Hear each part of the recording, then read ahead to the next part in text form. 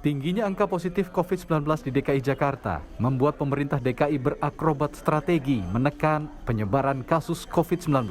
Gubernur DKI Jakarta Anies Baswedan menyebut situasi ibu kota tengah memasuki masa genting terkait COVID-19. Jakarta memasuki fase yang amat genting. Bila kita tidak melakukan tindakan, maka kita berpotensi menghadapi kesulitan karena fasilitas kesehatan mungkin akan menghadapi jumlah yang tak terkendali apabila jumlah orang yang harus ditangani makin meningkat secara drastis. Dalam 4 hari terakhir, kasus tambahan harian positif COVID-19 di DKI mencapai 2.000-an kasus dan naik 4.000 kasus pada 17 Juni 2021 atau hari ini. Penambahan kasus ini membuat Provinsi DKI Jakarta menjadi salah satu provinsi penyumbang angka kenaikan positif COVID-19 nasional. Lonjakan pasien COVID-19 juga terjadi di Rumah Sakit Darurat Wisma Atlet Kemayoran Jakarta Pusat yang kedatangan 500 hingga 600 pasien setiap harinya. Saat ini lebih dari 5.700 pasien COVID-19 yang dirawat di Wisma Atlet Kemayoran. Kamis tanggal 17 Juni 2021 pukul 06.00 pagi. Jadi pagi ini masih tinggi.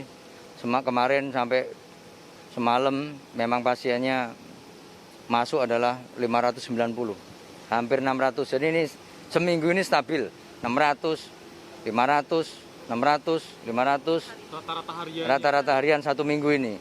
Jadi ini sangat tinggi sekali dan melebihi dari yang tertinggi waktu bulan Januari tanggal 24 ya. Waktu itu kita puncaknya, itu efek libur Natal dan Tahun Baru. Pemerintah Provinsi DKI pun memutuskan menghentikan uji coba sekolah tatap muka sebagai imbas lonjakan kasus COVID-19. Kepala Dinas Kesehatan DKI Jakarta Widya Stuti menyebut, uji coba sekolah tatap muka dihentikan sambil menunggu situasi perkembangan COVID-19 di Jakarta. Kondisi saat ini dan hasil rapat bersama antar Satgas, kita putuskan saat ini sementara tidak dilanjutkan routing tatap muka tadi, sambil nanti menunggu bagaimana situasi di DKI Jakarta. Gubernur DKI Jakarta juga memutuskan memberlakukan aktivitas bekerja dari rumah atau work from home sebesar 75% bagi wilayah di zona merah dan 25% bekerja dari kantor dengan protokol kesehatan lebih ketat. Sementara itu perkantoran di zona kuning dan oranye di DKI Jakarta diperbolehkan menggelar bekerja dari kantor dan bekerja dari rumah masing-masing 50%. Sebelumnya Ketua Komite Penanganan COVID-19 Erlangga Hartarto meminta Gubernur DKI Jakarta Anies Baswedan mengetatkan kebijakan bekerja dari rumah.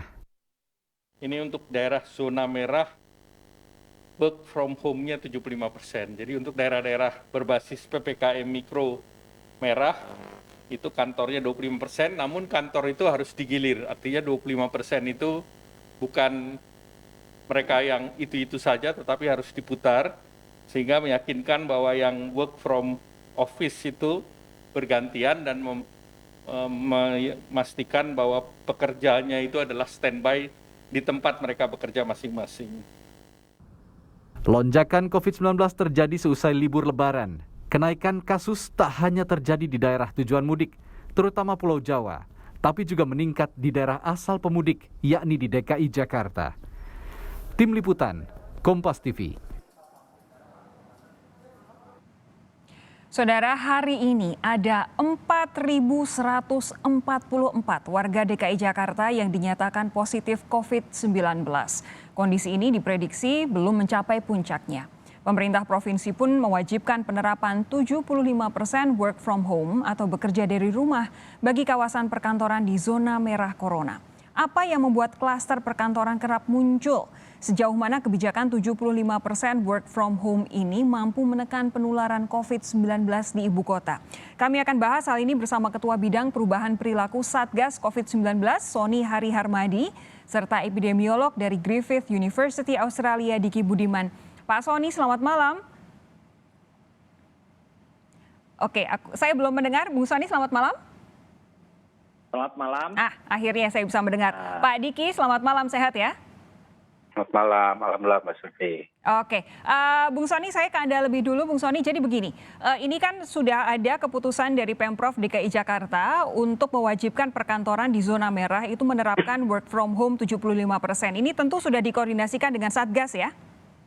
Ya betul, memang keputusan dari Bapak Ketua KPCPN Pak Erlangga bahwa melihat situasi yang ada, peningkatan kasus yang mulai tinggi, maka ada pengetatan. Jadi strategi kita ada 3, yaitu mengetatkan protokol kesehatan, yang kedua membatasi mobilitas, dan yang ketiga membatasi aktivitas. Nah oleh karenanya untuk mendukung ketiga hal tersebut, work from home itu dinaikkan di zona merah dari 50% menjadi 75%, dengan harapan bahwa jumlah orang yang melakukan mobilitas turun, jumlah orang yang melakukan aktivitas berkurang, lalu kemudian juga yang mematuhi protokol kesehatan, menghindari kerumunan, jaga jarak, dan seterusnya itu bisa meningkat. Karena kita melihat memang potensi klaster penularan di perkantoran pada kondisi sedang risiko penularannya tinggi seperti ini nih menjadi lebih tinggi ya kalau di perkantoran, karena memang tempat kerja itu umumnya tertutup, tidak ada sirkulasi udara yang lancar. Betul.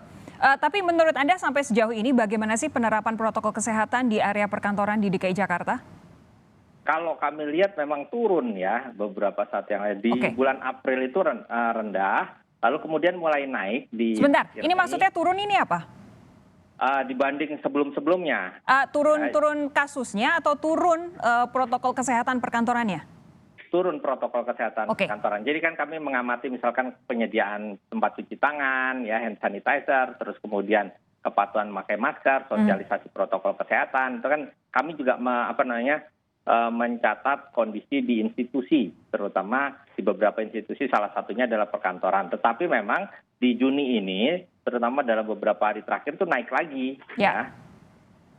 Mungkin karena ada peningkatan kasus sehingga ini menjadi komunikasi risiko yang baik, sehingga perkantoran juga mulai memperketat protokol kesehatan di tempatnya. Ini permasalahan klasik kita ya. Kalau kemudian angkanya sudah naik, orang pada panik begitu, baru protokol kesehatan ini ketat sekali. Padahal ketika kemarin melandai, merasa baik-baik saja, santai-santai saja, abai begitu, akhirnya justru itu juga salah satu penyumbang kenaikan kasus ya?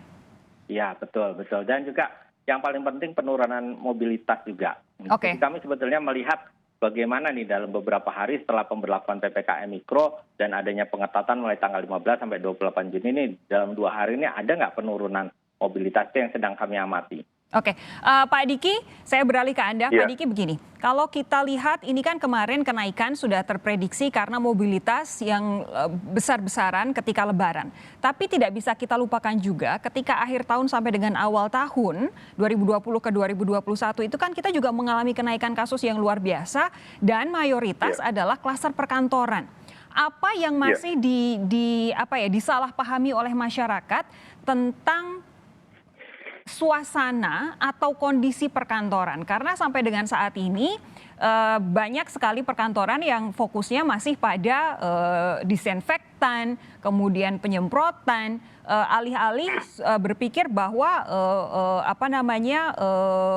pertukaran udara lah salah satu faktor yang paling penting. Ya, sebetulnya saya setuju yang sama Pak Sony ya, tapi merespon yang sampaikan Pak Erlangga ya.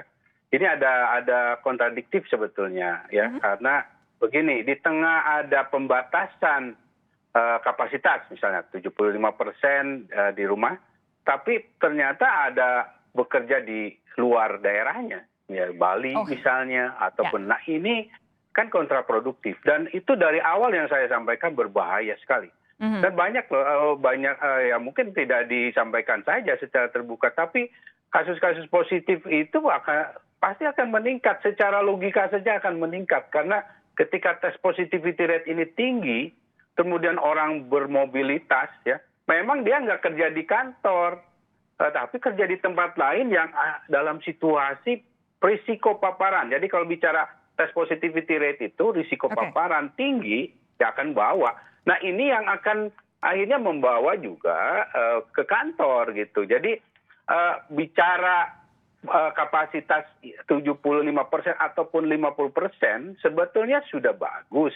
Tapi implementasinya Mbak Sofi, implementasinya ini yang tidak sesuai dengan pada kenyataannya. Oke.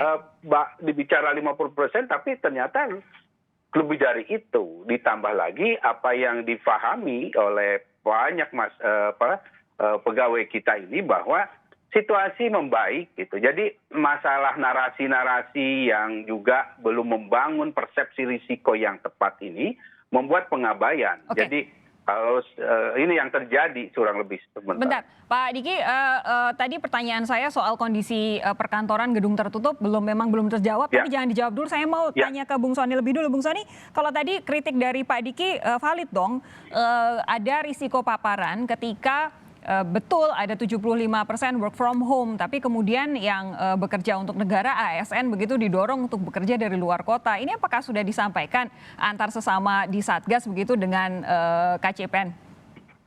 Ya, itu kan sebelum adanya pelonjakan kasus seperti ini. Jadi memang pada saat kebijakan 75% work from home, artinya orang-orang yang tinggal ya di zona merah ini juga harus bekerja dari rumah. Oke, jadi tidak jadi ke Bali ya? Ya memang seperti itu kebijakannya, kecuali yang di luar zona merah. Ya, ya. Oh, di luar zona merah masih didorong untuk bekerja dari luar daerah? Itu kebijakan masing-masing kantor. Tetapi untuk zona merah kan udah jelas bahwa di zona merah hanya 25% yang boleh bekerja di kantor. Dan yang 75% kan di rumah, bukan di luar daerah. Ya, namanya baik. WFH kan. Baik, Pak Diki silakan dilanjutkan. Ya, ini yang pada faktanya ya, saya masih mendengar hari ini masih ada yang dari Bali. Nah ini, karena situasi Jawa ini harus hati-hati dengan zonasi merah atau hijau. Karena sebetulnya semuanya merah kok saat ini, kalau mau jujur ya. Karena masalahnya adalah begitu buruknya kapasitas testing kita ini, sehingga membuat merasa aman. Nah amannya ini aman semu. Nah inilah kenapa kebijakan ini harus dalam konteks menyeluruh sebetulnya. Tidak hanya bahwa ini karena merah atau ini. Nah ini untuk kepentingan bersama. Karena orang mobilitas di Jakarta itu udah antar daerah itu udah sulit ya. Apalagi dia dengan kota satelitnya. Ini yang akhirnya kalau tidak kita betul-betul terapkan secara merata akan menghilangkan tujuan dari pembatasan itu sendiri. Ya. Kemudian kalau bicara masalah ventilasi, memang ini menjadi PR besar kita. Karena kita sejauh ini saya belum mendengar ada evaluasi terkait kualitas dari gedung-gedung kita ya. Apakah AC-nya ya, ataupun hal terkait ventilasi dan sirkulasi. Karena bicara ventilasi ini juga bicara sirkulasi. Dua hal yang berbeda ya, ventilasi dan sirkulasi ini. Bahwa kita bisa saja di outdoor, tapi sirkulasinya buruk. Itu bisa itu ketika kecepatan anginnya di bawah 50 mph. Nah ini artinya harus pakai kipas angin, gitu. Itulah kenapa harus memahami masalah ventilasi sirkulasi dengan benar, sehingga bahwa potensi paparan, baik itu di kantor ataupun lingkungan perkantoran, karena lingkungan perkantoran ini juga harus menjadi perhatian. Orang makan di Jakarta itu bukan banyak di kantornya, kan banyak di sekitarnya. Nah ini terjadi cross itu kan, orang bertemu berinteraksi. Nah ini yang harus diidentifikasi ya. Oke, Pak Diki saya potong sejenak karena kita harus jeda iklan, tapi setelah iklan nanti saya minta Anda untuk mengelaborasi lebih jauh dan bagaimana Satgas mengimplementasikan kehati-hatian terhadap gedung perkantoran, karena ketika kasus naik awal tahun lalu sudah terbukti salah satu yang tertinggi adalah klaster kantor. Tetap bersama kami, Saudara Sapa Indonesia Malam akan segera kembali.